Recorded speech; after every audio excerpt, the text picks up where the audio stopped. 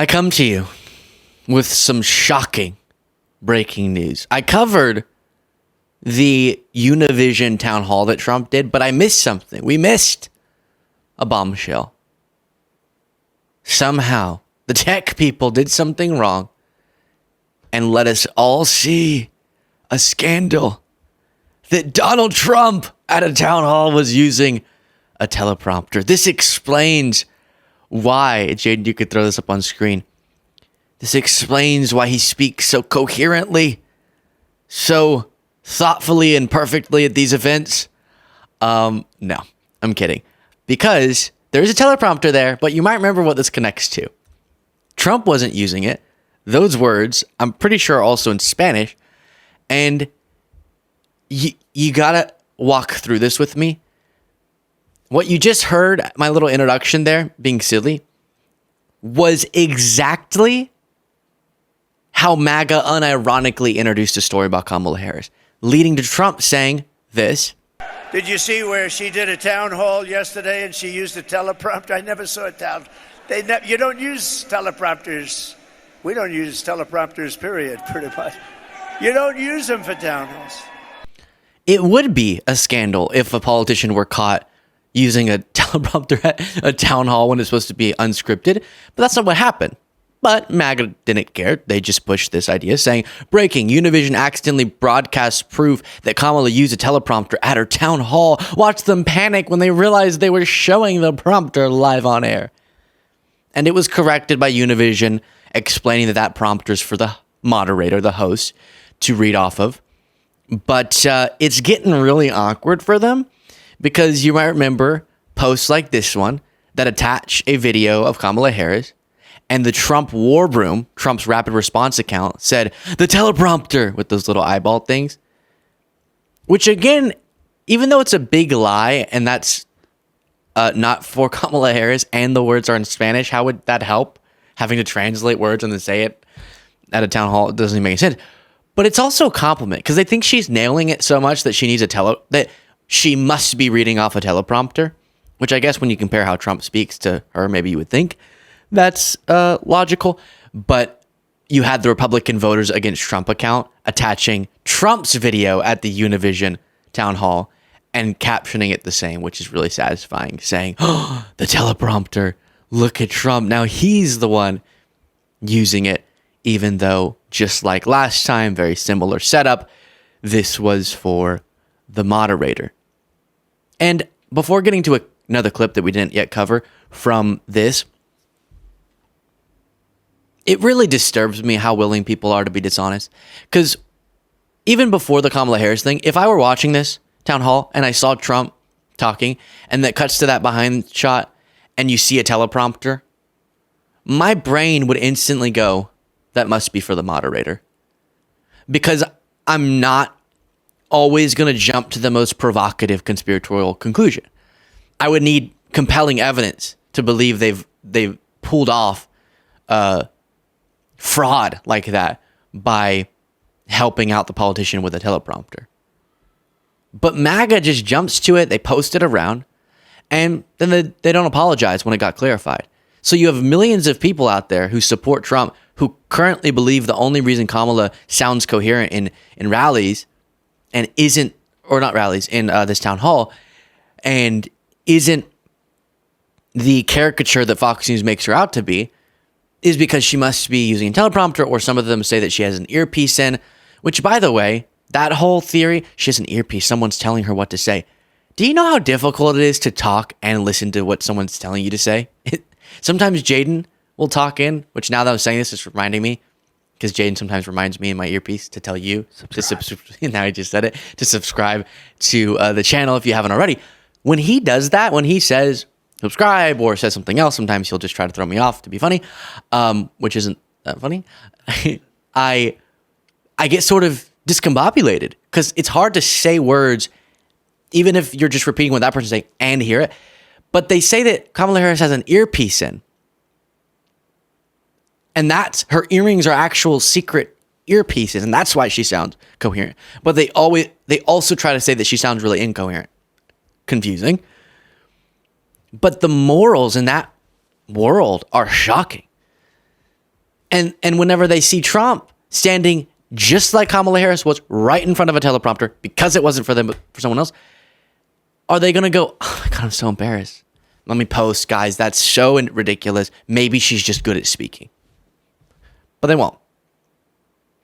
Meanwhile, their guy is having disastrous appearances at his town hall like this.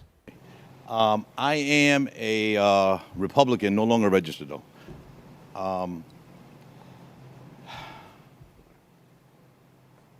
I want to give you the opportunity to try to win back my vote. Okay. Your, let me say, action and maybe inaction during your presidency and the last few years sort of, was a little disturbing to me. What happened during January 6th. And someone explain this to me. What is going on with Trump's face? I'm not saying this to be silly or rude. I'm saying genuine concern. What is happening? And the fact that, you waited so long to take action while your supporters were attacking the Capitol. Coronavirus, I thought the public was misled during coronavirus, and that many more lives could have been saved if we would have been informed better. And also people in your administration who don't support you. I'm curious how people so close to you and your administration no longer want to support you, so why would I want to support you? If you would answer these questions for me. This guy's been watching the Luke Beasley show. I would really appreciate it and give you the opportunity. There's, your own vice president doesn't want to support you now. Thank you, Ramiro. So the people that don't support a very small portion. We have a tremendous, about 97% of the people in the administration support me. How does he think of his stats? He comes up with those stats so randomly. 75% of Republicans say I'm God. He just pulls these out of nowhere. But because it's me, somebody doesn't support, they get a little publicity. The vice president, I disagree with him on what he did. I totally disagreed with him on what he did. Very importantly, you had hundreds of thousands of people come to Washington. They didn't If you want a pleasurable experience, watch this guy's face the whole time.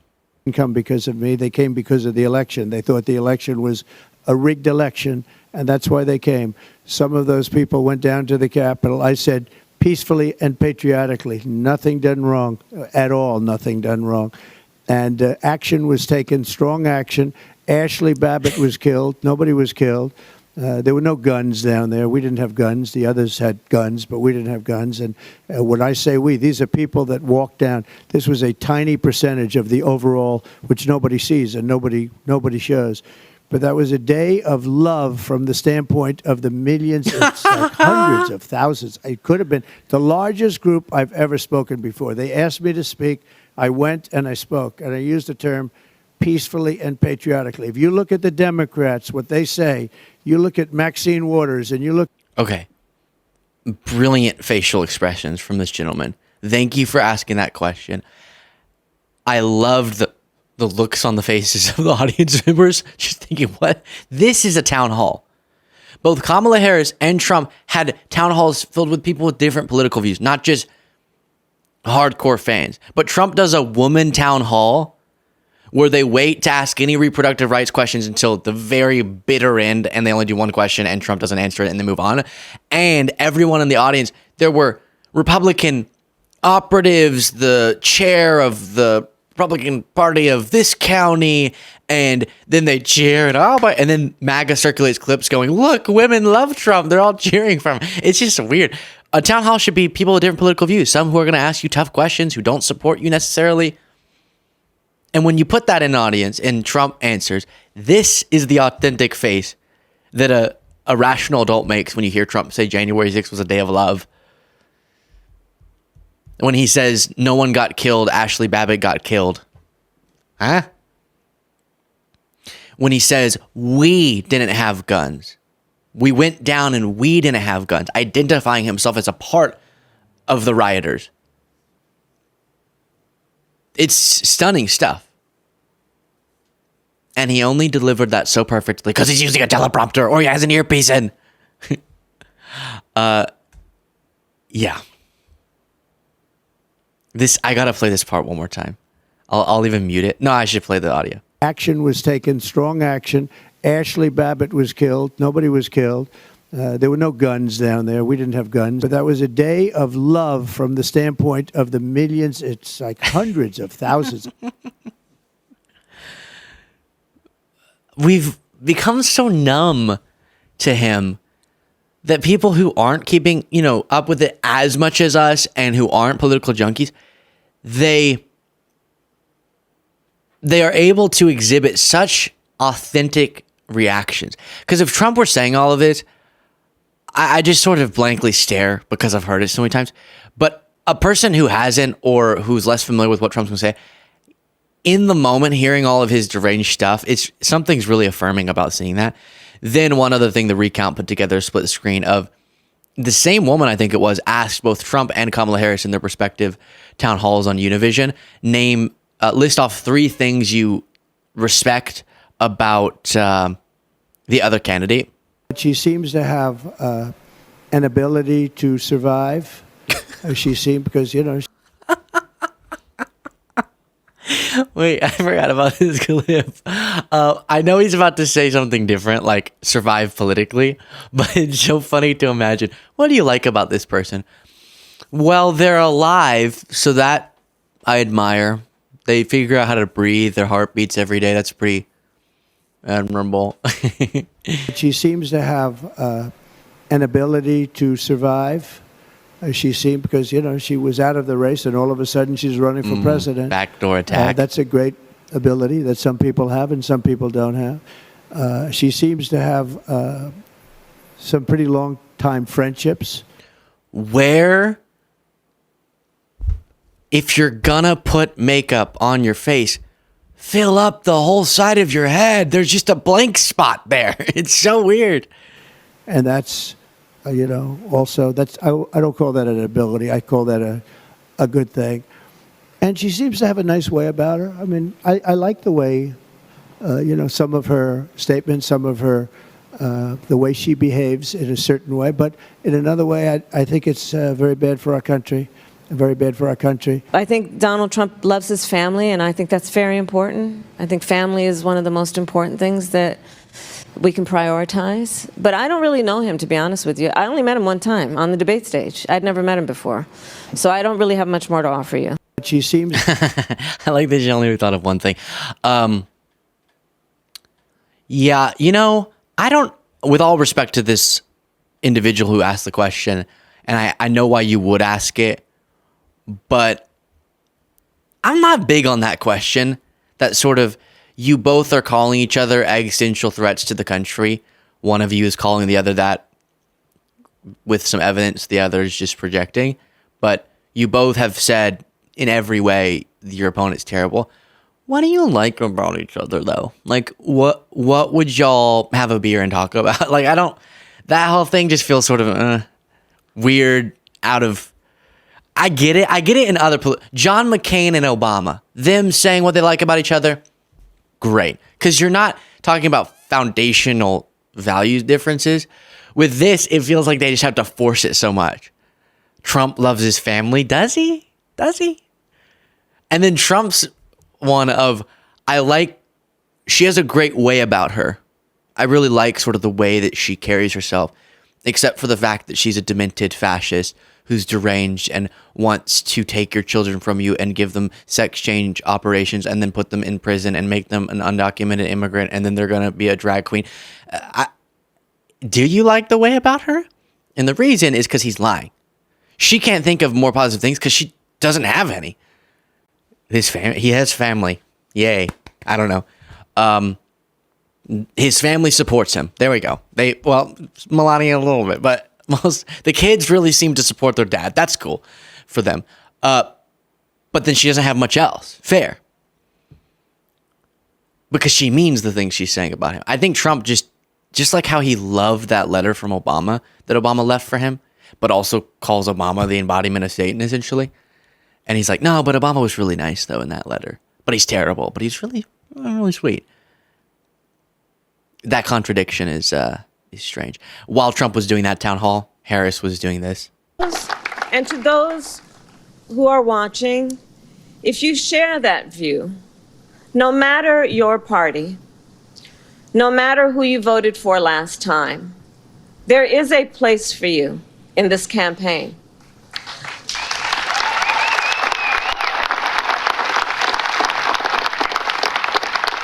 The coalition we have built has room for everyone who is ready to turn the page on the chaos and instability of Donald Trump.